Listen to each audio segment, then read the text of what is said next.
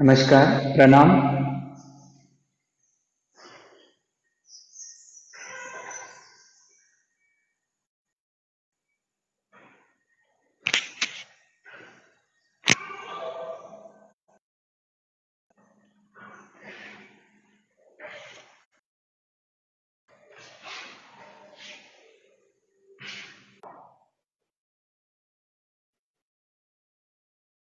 थोड़ा सा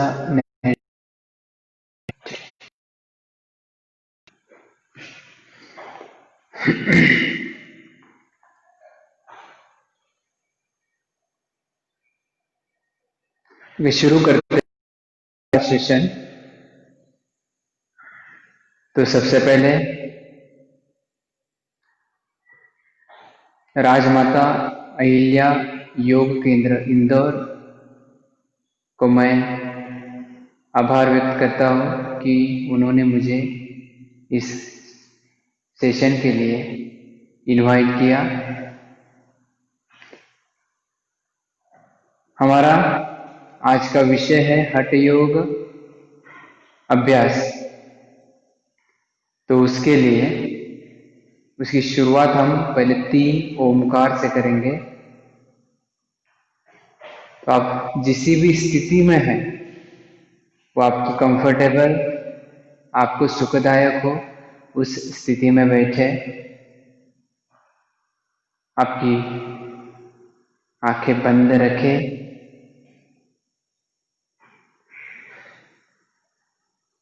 शरीर स्थिर, सांसें सामान्य, सहज। अपने मन से सबसे पहले अपने शरीर का अनुभव करें। शरीर स्थिर है, ब्रीदिंग नॉर्मल है।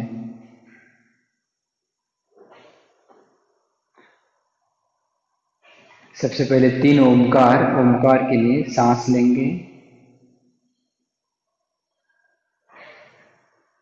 ओ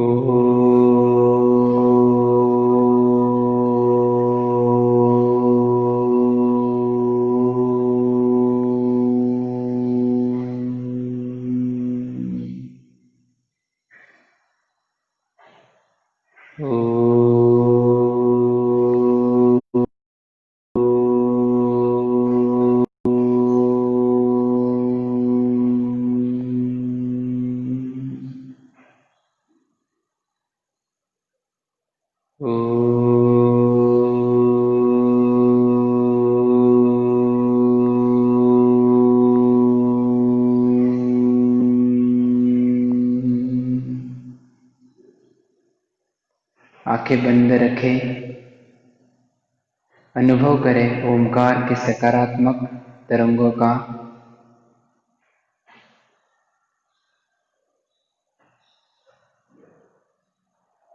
धीरे से अपने मन को अपनी सांसों के ऊपर लेके आइए।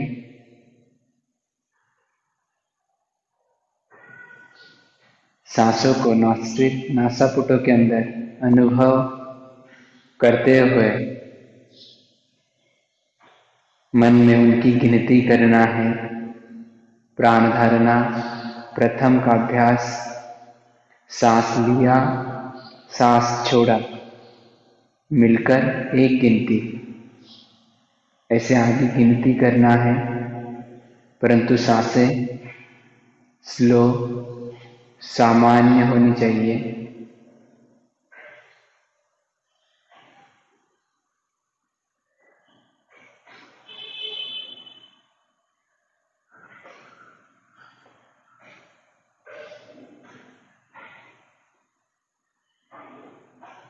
प्राण धारणा प्रथम से अपने मन को सांसों से हटाते हुए फिर से अपने शरीर के ऊपर, शरीर का अनुभव करते हुए, उसका आनंद लेते हुए आंखें खोलेंगे।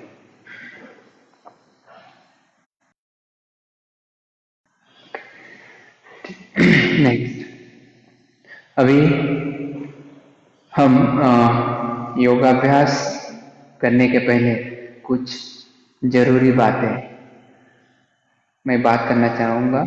उसके ऊपर। तो महत्वपूर्ण है हम सभी योग साधक योग करते हैं। योग क्यों करते हैं? तो मेरा पहला सवाल ये रहता है कि हम योग क्यों करते हैं। तो इसका जवाब भी ज़्यादातर योग साधक या फिर जितने भी प्रैक्टिशनर हैं उनके पास यही मिलता है कि हमें स्वस्थ रहना है।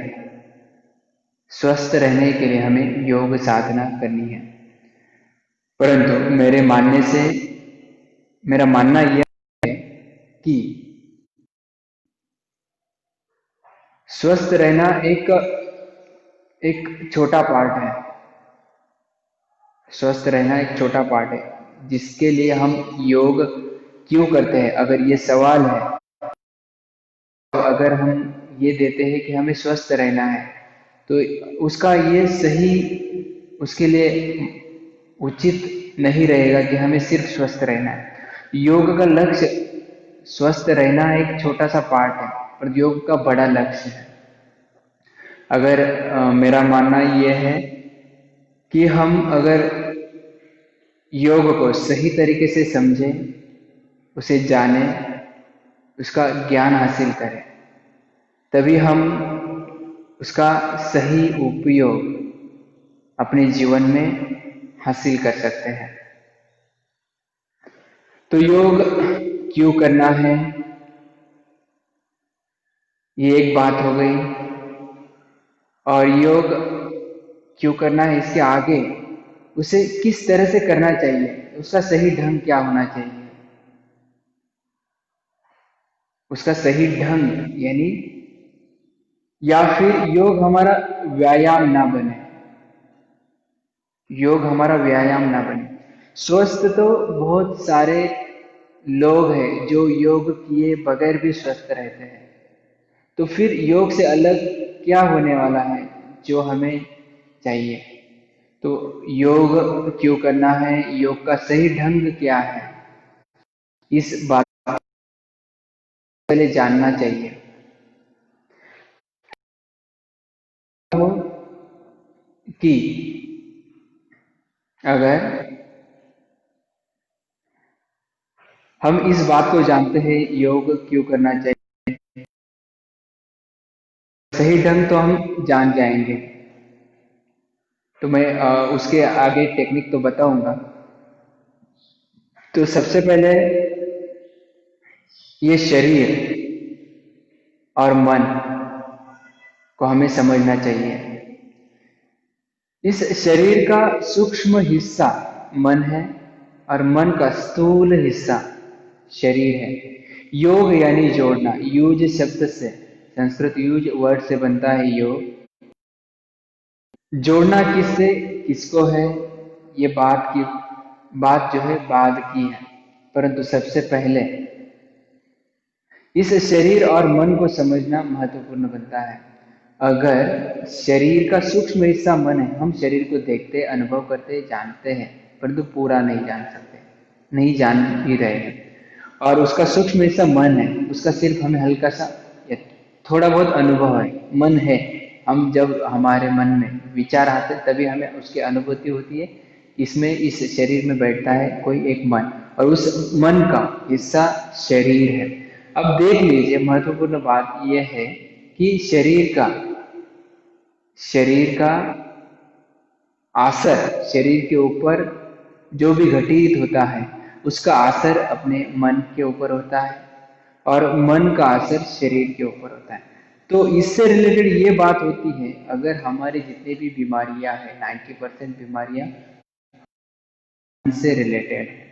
अगर हमारा मन स्वस्थ है तो हमारे शरीर के ऊपर आने वाले विकार भी कम हो सकते हैं।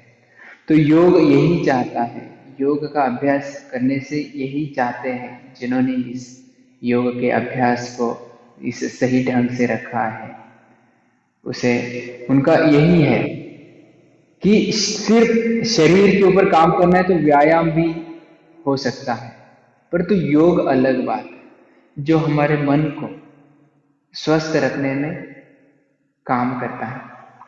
तो अगर हम उसका सही ढंग तो मेरा दूसरा सवाल था कि उसका योग करने का सही ढंग क्या होना चाहिए, जिससे हमारा मन स्वस्थ रहे, और मन स्वस्थ रहने से हमारे शरीर को कोई विकार ना हो। और हमारा ये साधन है, शरीर मन साधन है, हमारा साध्य अलग है। ज्यादातर लोग इसी में फंस जाते हैं, योगाभ्यास में, आसन प्राणायाम में फंस जाते हैं। ये साधन है, हमें जाना है समाधान, समाधि की अवस्था तक। समाधि यानी ये भी कोई गूढ़ नहीं है, कोई बड़ी बात नहीं है, समझा जाए तो एक ऐसा वर्ड है जो समाधान से बनता है, समाधि यानी सेटिस्फैक्शन। हम हमारे जीवन में अगर सही तरीके से सेटिस्फैक्शन कैसे लाए, समाधान की अवस्था कैसे लाए, इस अभ्यास का नाम योग है, उस तक जाने का नाम योग है। नहीं तो फिर आज की शिक्षण पद्धति हमारे मन को सिर्फ एक मशीन बनाता है, जो मशीन कुछ दिनों के लिए कारगर है, और फिर एक समय के बाद मशीन भी हमें फेंकना पड़ता है। यही होता है हमारे जीवन में, मनुष्य के जीवन में। एक अगर उसके बचपन से लेकर उसके आखिरी बुढ़ापे की अवस्था तक देखेंगे तो मन अलग अलग हिस्सों में अलग अलग तरीके से काम कर रहा था, पर एक ऐसा आखिरी हिस्सा आता है जहां उसका काम करने का, शरीर का सब खत्म हो जाता है, और मन वैसे का वैसा रह जाता है। और उस सिचुएशन में, उस परिस्थिति में जो समाज का मन है, समाज का जैसा रहन सहन है, उसमें वो मैच नहीं कर पाता है, और सेटिस्फैक्शन वहीं से गायब हो जाता है। तो मन हम अगर एक मशीन की तरह ना बनाते हो, हम उसकी समझ को, हम अपने शरीर के, अपने मन की समझ को समझ पाए ये किस तरह से कार्य करता है, तो हमें हमारे योग के अभ्यास का सही लाभ मिल सकता है। तो हमारा योगाभ्यास सिर्फ व्यायाम ना बने, तो उसके लिए मैं चाहता हूं कि इन बातों को योगाभ्यास करते समय ध्यान रखिए। इसमें से पहली बात है, जब भी हम योगाभ्यास करते हैं तो इसमें अटके ना, आसन प्राणायाम इसके पार जाना है। ये एक नदी है, एक तट से दूसरे तट तक जाना है, इसके लिए हम इसका इस्तेमाल कर रहे हैं।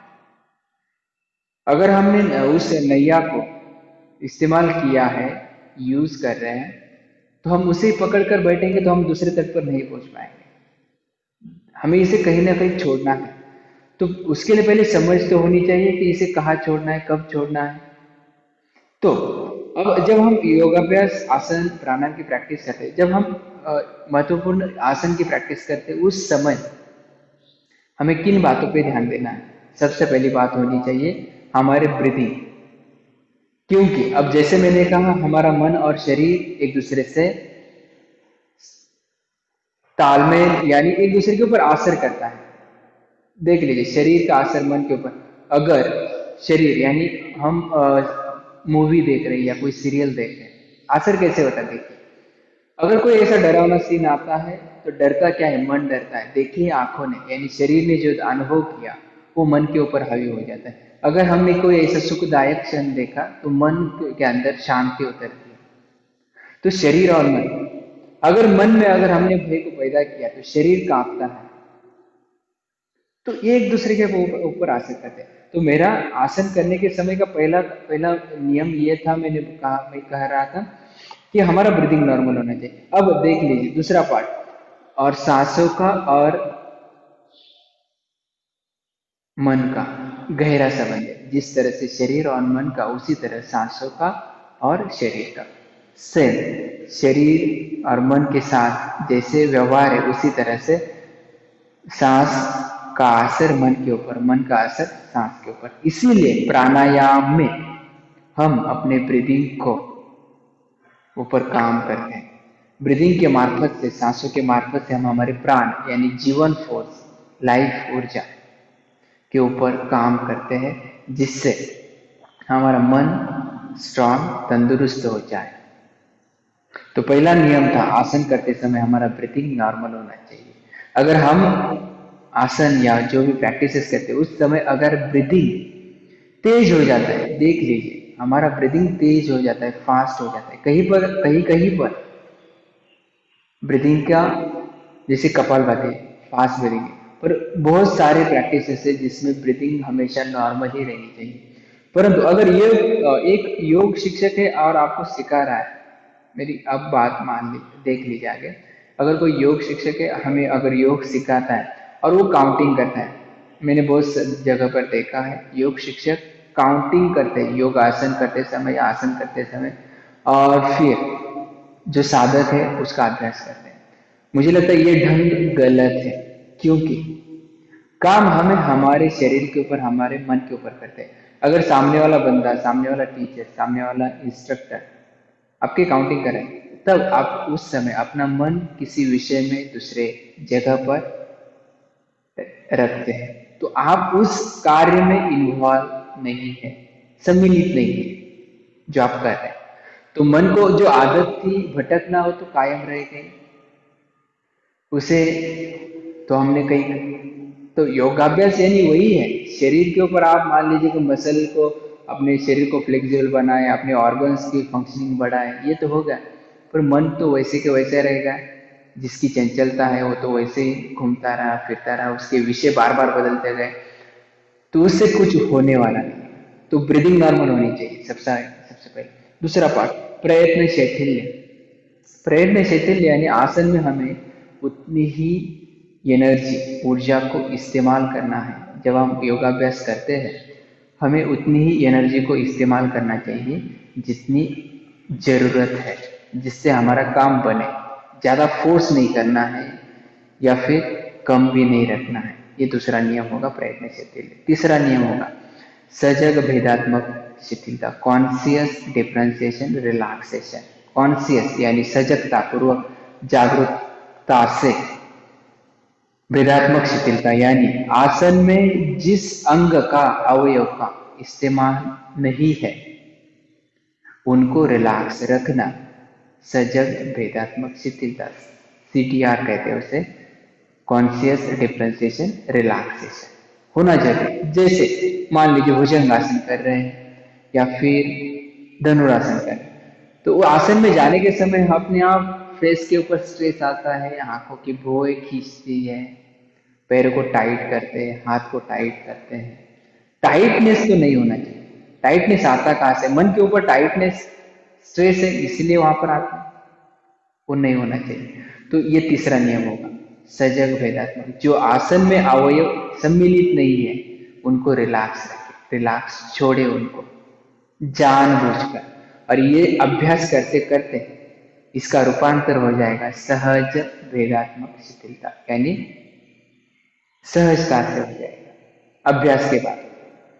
और सबसे इंपॉर्टेंट चौथा पार्ट, अब हम आसन की स्थिति में जब आते हैं तो उसमें हमें प्राण धारणा का अभ्यास करना चाहिए। ये प्राण धारणा क्या है? अब मैं प्राण धारणा को एक्सप्लेन करने के पहले दो बातें बताता हूँ। हठ योग और अष्टांग योग दो अलग अलग प्रैक्टिसेस, अलग अलग ढंग है। जब हठ योग और सिर्फ दो बातों में डिफरेंट है। हठ योग में क्रिया, आसन, प्राणायाम, प्रत्याहार, धारणा, ध्यान, और अष्टांग योग में यम, नियम, आसन, प्राणायाम, प्रत्याहार, धारणा, ध्यान, समाधि। इसमें क्रिया है हठ योग में, यानी क्लींजिंग प्रोसेस। अपने शरीर को पहले क्लीन करो, फिर योगाभ्यास के आसन करो, फिर प्राणायाम करो, फिर प्रत्याहार, धारणा, मेडिटेशन हो जाएगा, और समाधि अवस्था तक मनुष्य जीवन पहुंच जाएगा। प्राण धारणा, धारणा ध्यान के पहले का स्थिति धारणा। हमारा लक्ष्य था कि हमें समाधि, सेटिस्फैक्शन तक जाना है, इसीलिए हम आसन कर रहे हैं, ना कि हमें फ्लेक्सिबल। ये तो एक छोटा उसका अंग है, फ्लेक्सिबल होना, स्वस्थ रहना, अपने शरीर के हर एक ऑर्गन को उससे सही उचित ढंग से चलना। ये तो एक छोटे छोटे लक्ष्य हैं, ये मिलकर सब हम वहां तक पहुंच जाएंगे। तो उसका, अब मैंने कहा मेरा आसन का मेन पार्ट था प्राण धारणा, तो धारणा ध्यान के पहले का स्थिति। धारणा यानी हमारे मन को हम किसी एक विषय में टिकाए रखे, धारण करें, वो होगा धारणा। तब अब ये कब करना है? जब हम आसन के स्थिति में पहुंच जाते हैं, तो धारणा, प्राण धारणा, वहां पर प्राण धारणा, प्राण यानी सांस से धारणा यानी अपने मन को प्राणों के ऊपर धारण करना यानी प्राण धारणा का अभ्यास। अब प्राण धारणा के अभ्यास 3 प्रकार के, प्राण धारणा प्रथम, प्राण धारणा द्वितीय, प्राण धारणा तृतीय। प्राण धारणा प्रथम में हम अपने ब्रीदिंग को, अपनी सांसों को काउंट करते हैं। प्राण धारणा प्रथम में हम अपने सांसों को गिनती करते, सांस लिया, सांस छोड़ा, मन में गिनती की है। परंतु सांसें नॉर्मल होनी चाहिए, ना सांस लेने में कोई घाई है ना जल्दी है। अब जब प्राण धारणा का अभ्यास बहुत अच्छे से, उसमें मान लीजिए कि हम मास्टर हो जाए, एक्सपर्ट हो जाए, मन कहीं भटकता नहीं, सिर्फ हम सांसों के ऊपर ध्यान को, मन को केंद्रित कर पाते हैं, तो अपने आप प्राण धारणा प्रथम से प्राण धारणा द्वितीय में हम चले जाते हैं। द्वितीय यानी प्राण धारणा द्वितीय यानी हमें अपने सांसों को नॉस्ट्रिल के अंदर, नथुनियों के अंदर फील करना है, अनुभव करना है। ये होगा प्राण धारणा द्वितीय। अब इसमें भी हम आगे अभ्यास करते करते तो प्राण धारणा तृतीय, प्राण धारणा तृतीय में हम उसी सांसों का गुण, उसी सांसों का गुण यानी जब सांस प्रकृति से बाहर से शरीर के अंदर आती है उस समय हमारी सांसें ठंडी रहती है, और जब सांस शरीर से बाहर जाती है उस समय हमारी सांसें गर्म होती है। ये उसका गुण होता है, उस समय उसका अनुभव करना प्राण धारणा होती है। यानी उस समय हम उस आसन को सिद्ध कर पाए, यानी उस अवस्था तक जाए,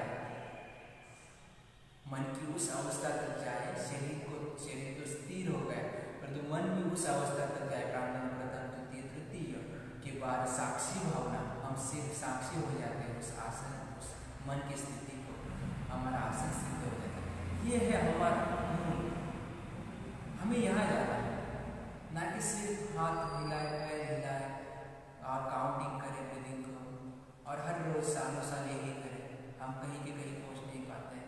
हम क्या कर रहे हैं हमें भी पता नहीं चलता। नहीं, ये नहीं होगा, ये नहीं करना है। इन छोटी छोटी बातें अगर इसे हम सही से समझ पाए, जान पाए, तो हमारा आसन करने का, हमारा योगाभ्यास करने का जो हमने रखा है उसका सफल होना तय है। तो अभी हम आसन करेंगे।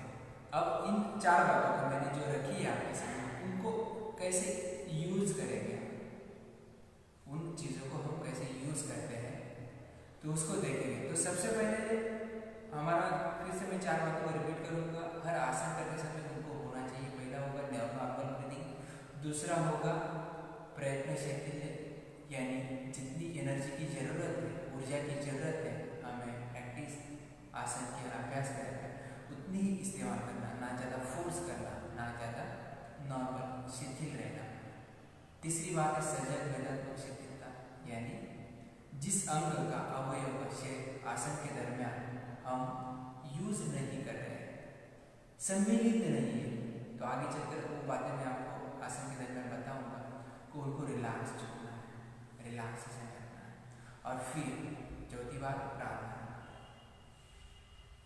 तो ये 4 बातें और बातें हैं उससे अलग। हमारा मूवमेंट कैसा होना चाहिए, हमारा मूवमेंट स्लो होना चाहिए, हमारा मूवमेंट स्टेडी होना चाहिए, हमारा मूवमेंट रिदमिक होना चाहिए आसन के दरमियान, तभी हम उसका आनंद ले सकते हैं। और अगर हम ग्रुप में प्रैक्टिस करते हैं कभी भी योगाभ्यास, तो ये नहीं होना चाहिए, कंपटीशन नहीं होना चाहिए।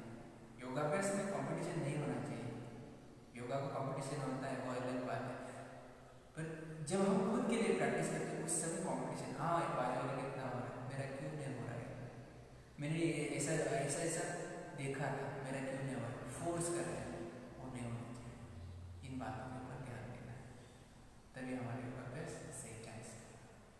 और ज़्यादातर हमें जगह, ये सब कुछ इसके ऊपर भी ध्यान देना है, खाने के ऊपर, आहार विहार, निद्रा, ये सब बातें मैटर करती है। फिर आती है अभ्यास और वैराग्य। ये सब मिलकर योगाभ्यास को अगर हम सही ढंग से बनाएं तो हमें सफलता मिल सकती। तो हम अभी आसन करते हैं। तो सबसे पहला आसन मार्जरासन। हमारे हर आसन के पहले, हर आसन के बाद में रिलैक्सेशन होगा। रिलैक्सेशन बैठे हुए लेटते हुए हर समय में बताऊँ कि किस तरह से। तो पहला आसन मार्जरासन, रिलैक्सेशन पोजीशन, पैर दूर है, हाथ पीछे रहता है, रिलैक्स। आसन में जाने के लिए आंखें खोलेंगे, आईज ओपन, बैक स्ट्रेट, हाथ चेहरे के पास, फाड़ते बैठे, मूवमेंट स्लो, दोनों घुटनों में, दोनों पैरों में समान डिस्टेंस। पहला आसन मार्जरासन ये का, मार्जरासन ये में अपने बैक को रिलैक्स छोड़े, अपने चेस्ट को, गर्दन को ऊपर उठाए, आंखें बंद न करें।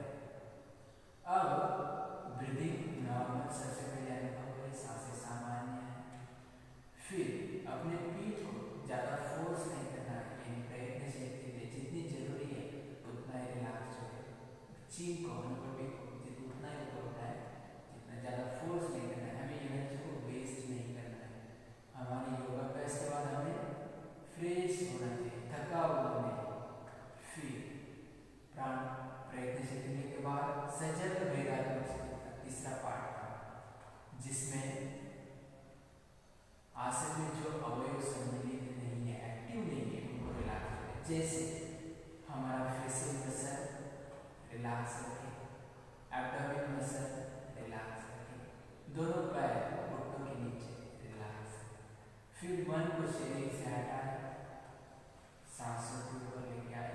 चौथा उसमें पार्ट था प्राणायाम, प्राणायाम करता। अब प्राणायाम करता 5 ब्रीथ मन में गिनती।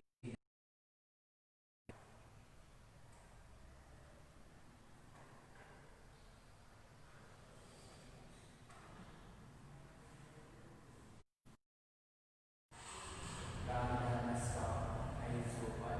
मार्जरासन बी, मार्जरासन बी में जाने के लिए हल्का सा हाथ को पीछे लेके बैक को एक्सपांड करेंगे, नेक को रिलैक्स छोड़े, और फिर से ब्रीदिंग नॉर्मल, ज़्यादा फोर्स ना करें,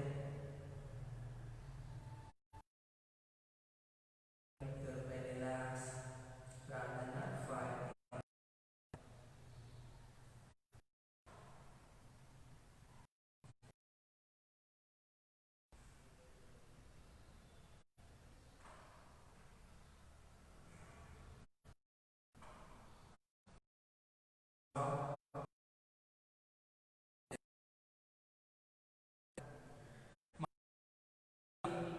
एक और बार अभ्यास करेंगे,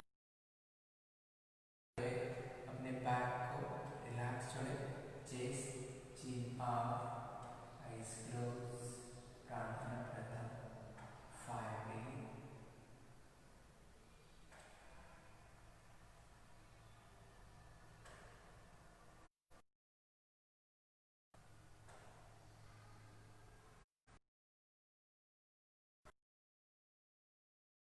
स्टॉप, आईज ओपन। मार्जरासन भी हल्का सा बैक को एक्सपांड किया, नेक रिलैक्स 5।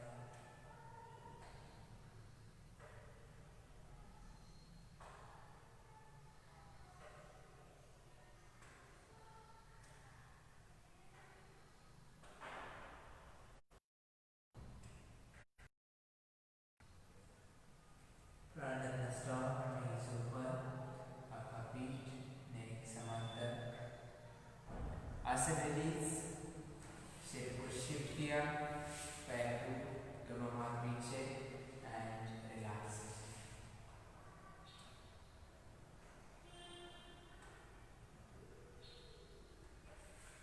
रिलैक्सेशन।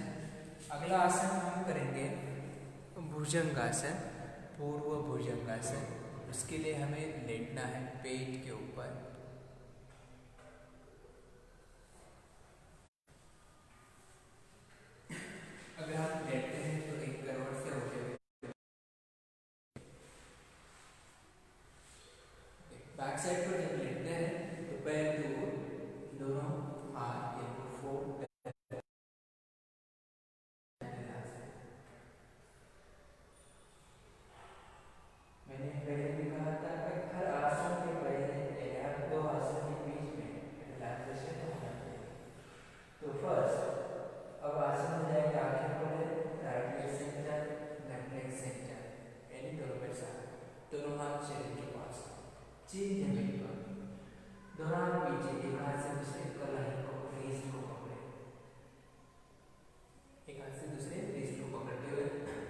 दोनों शोल्डर ईयर को क्लोज करें पीछे एंड स्लोली अपने चेस्ट हेड को लिफ्ट करें, आंखें बंद कर प्राणायाम प्रथम 5 breathing normal.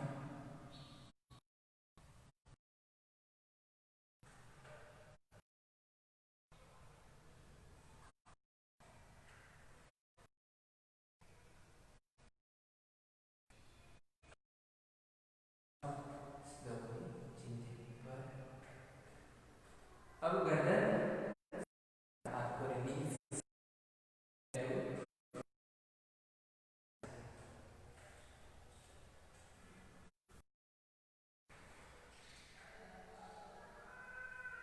3 to 5 breathe relaxation. जो आसन किया उसका इफेक्ट अपने शरीर के ऊपर फील करें, किस अंग पर इफेक्ट होता है उसका आनंद लेना है। सेम आसन और एक बार आंखें खोले, right leg center, left leg center, दोनों हाथ जमीन के पास एंड दोनों हाथ पहले कमर के ऊपर, एक हाथ से दूसरे रिस्ट को पकड़ लीजिए, shoulder elbow close back and slowly chest, chin up, eyes closed, प्राणायाम 5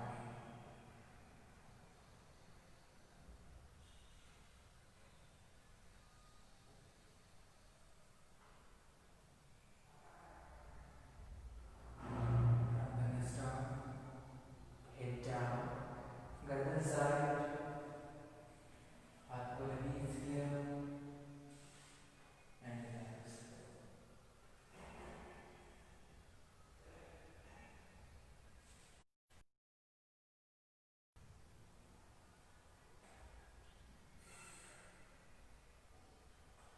अगला आसन अर्ध शलभासन। तो आसन में जाने के लिए पहले eyes open, right leg center, left leg center, दोनों हाथ सेंटर के पास, चिन के ऊपर, लेफ्ट लेग को relax, slowly right leg lift, आंखें बंद कर pranayama 7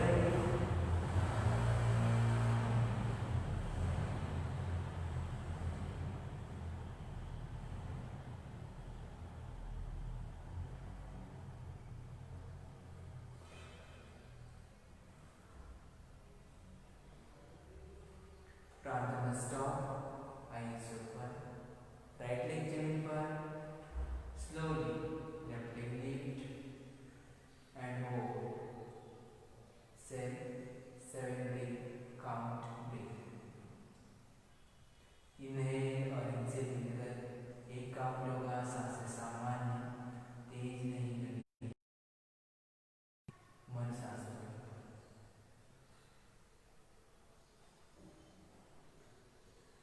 pranayama stop, slowly left leg जमीन पर, गर्दन साइड, पहले दोनों हाथ दो, रिलैक्सेशन, पैर दो, रिलैक्स।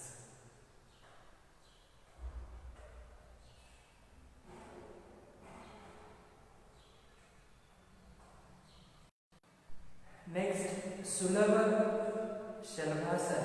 आसन में जाने के लिए पहले आंखें खोले, right leg center, left leg center, दोनों हाथ सीधा थाइज के नीचे रखें, चिन जमीन पर एंड स्लोली दोनों पैर लिफ्ट करें,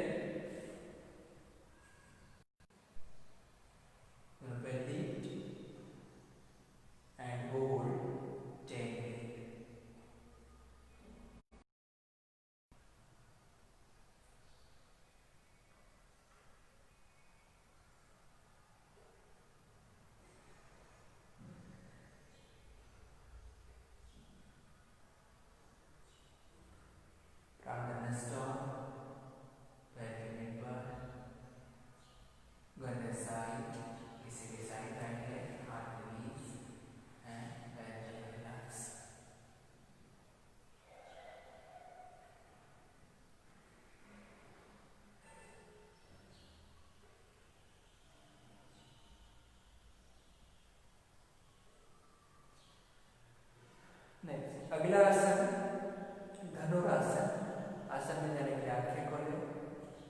पैर जहां पर है वहीं पर सीधा करें, फिर चिन जमीन पर, right leg fold and ankle, left leg fold, ankle को पकड़ते हैं एंड स्लोली दोनों पैर थाइस उठाते हुए चेस्ट को ऊपर उठाएं, पैर को पीछे की तरफ खोलें, unfold leg and hold, eyes close, pranayama 7 breath.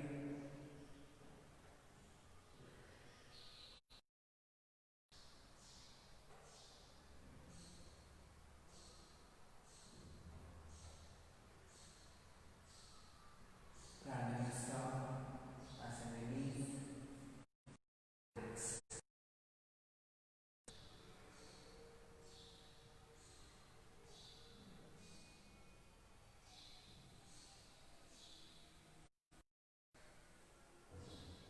Next आसन, सेम आसन और एक बार फिर से दोनों पैर साथ,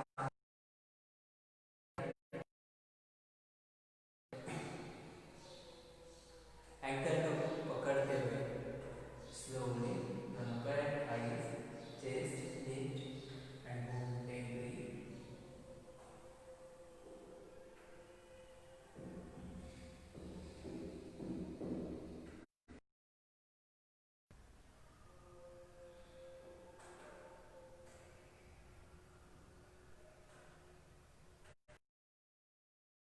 प्राणायाम stop, eyes open, asana release and relax.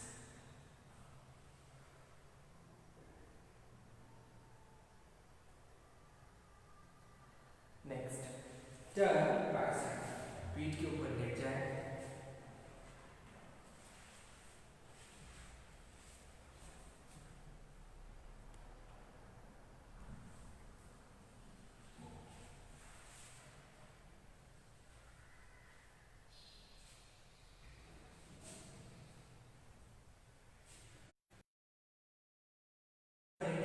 पैर दूर हाथ दूर आसमान. तो सबसे पहले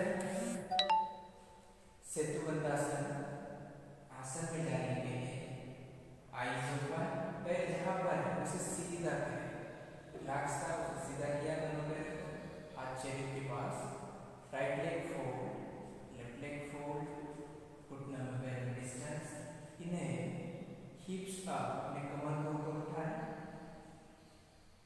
एंड होल्ड, आंखें बंद रखें, प्राणायाम 10 breath.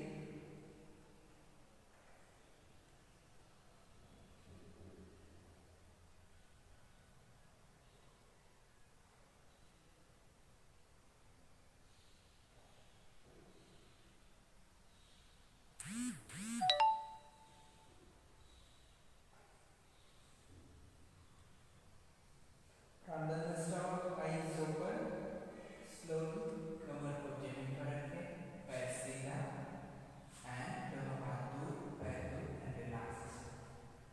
अनुभव करें आसन जो किया उसका इफेक्ट शरीर के किसी अंग पर.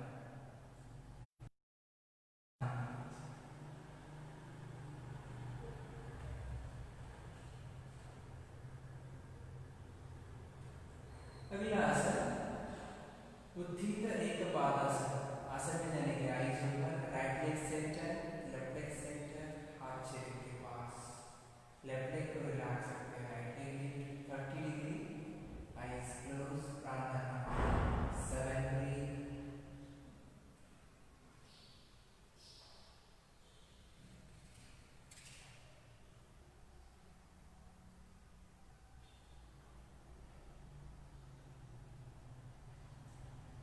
प्राणायाम स्टॉप, राइट लेग जमीन पर, right leg relax, slowly left leg lift, hold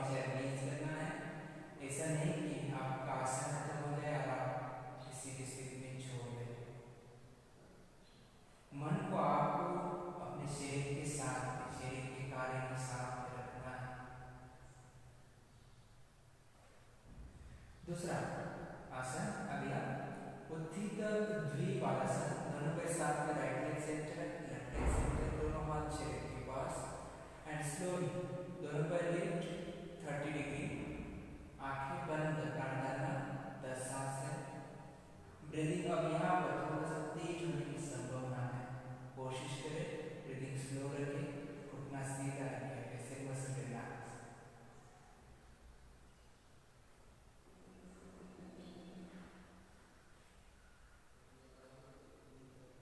प्राण करना स्टॉप, पैर जमीन पर, आसन को रिलीज करें, पैर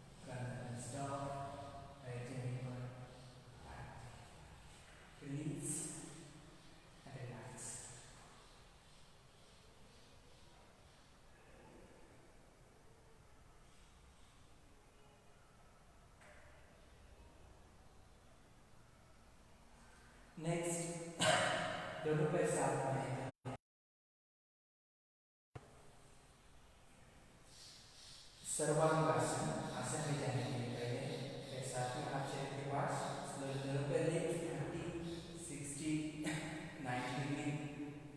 तो आपको पहले पूरा हलासन में जाइए और फिर हलासन से अपने बैक को हाथ का सपोर्ट देते हुए स्लोली दोनों पैर lift hold 10 minute.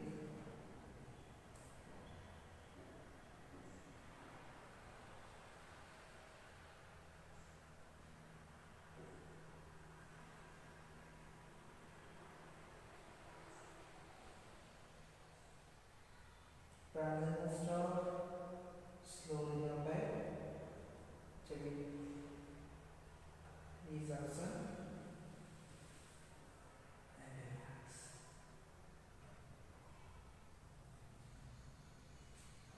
Relaxation back to heart.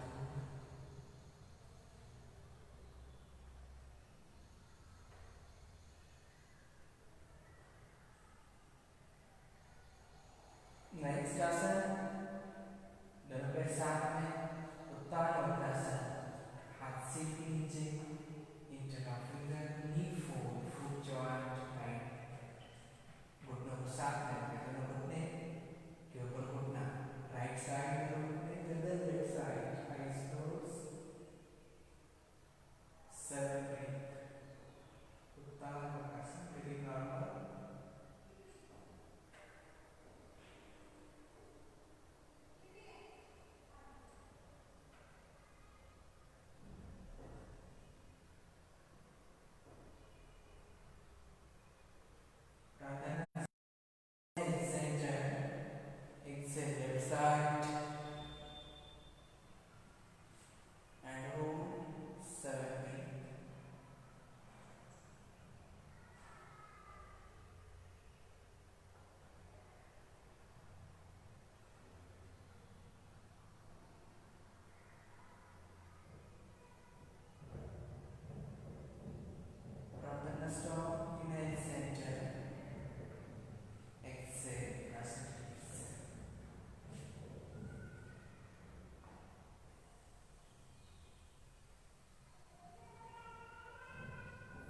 Next और आखिरी आसन पवन मुक्तासन, दोनों पैर साथ में, दोनों हाथ चेहरे के पास, दोनों पैर लिफ्ट 30 डिग्री,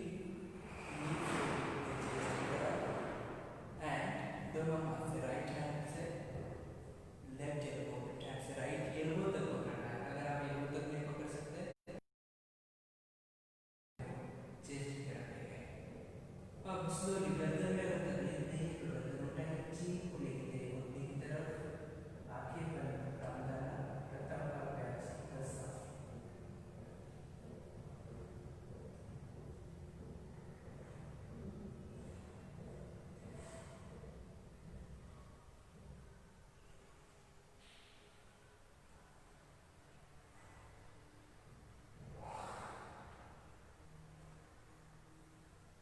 प्राणायाम स्टॉप।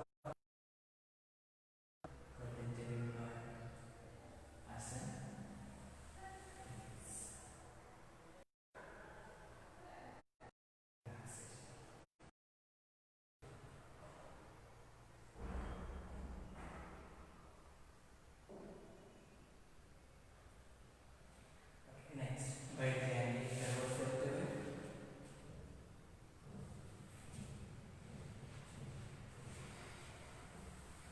किसी भी कंफर्टेबल आसन में बैठे,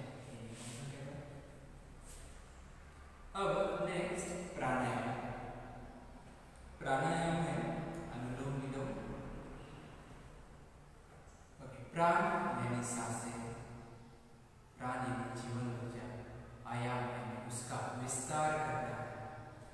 अब एक बात को ध्यान में रखें, प्राणायाम, प्राणायाम में हम अपने प्राण ऊर्जा अपने शरीर के अंदर भरते हैं।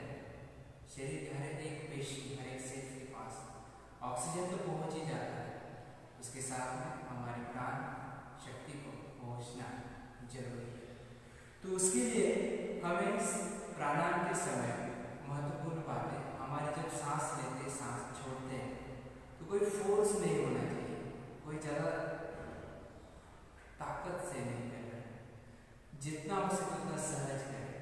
शायद आप कम करें थोड़ा सा, जो प्राणायाम के आप साइकिल है या जो सर्कल है वो कम करें, तो जोर जबरदस्ती नहीं होना चाहिए, सहज हो गए तो बहुत बेनिफिट है। अब अनुलोम विलोम प्राणायाम, अनुलोम विलोम प्राणायाम में हम राइट हैंड यूज करते हैं, राइट हैंड का अंगूठा और लास्ट में दो उंगलियां।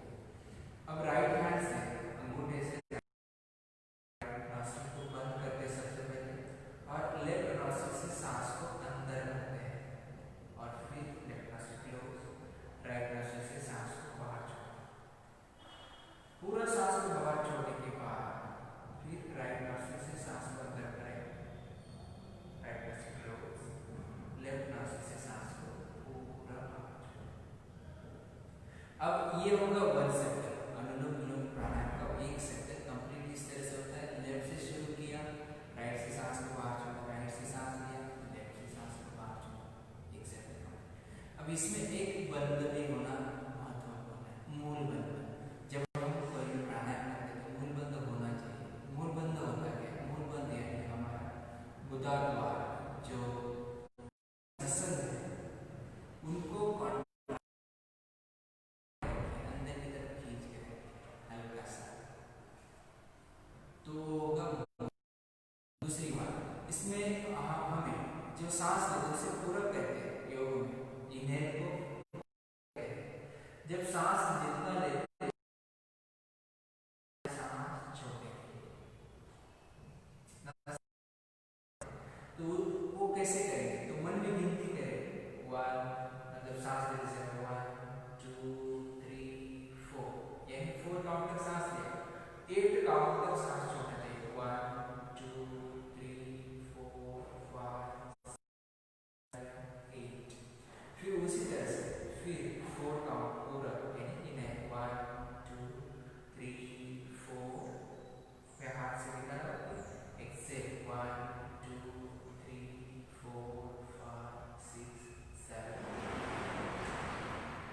यानी ये रेशियो आगे चलकर रेशियो बढ़ते जाएंगे, कुंभक आ जाएंगे अंदर, कुंभक बाई। पर बेसिक ये है, मूलबंद लगाइए, जितना समय सांस लेते हैं उससे दुगना समय सांस छोड़ने की कोशिश करें, इन बातों को ध्यान रखें। तो अभी हम 3 सर्कल करते हैं, बैक स्ट्रेट, पैदल सीधा। अब पहले राइट हैंड को राइट नॉस्ट्रिल क्लोज करें, मूल बंद लगाइए। पहले लेफ्ट हैंड को अपने के ऊपर ही रखना है, लेफ्ट नॉस्ट्रिल से सांस लीजिए पूरा, लेफ्ट नॉस्ट्रिल क्लोज, राइट ऊपर, राइट से सांस को बाहर छोड़ें,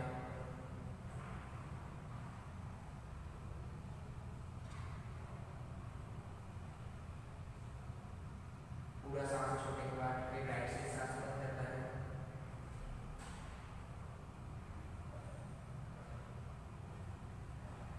राइट क्लोज, लेफ्ट से सांस को बाहर छोड़ें,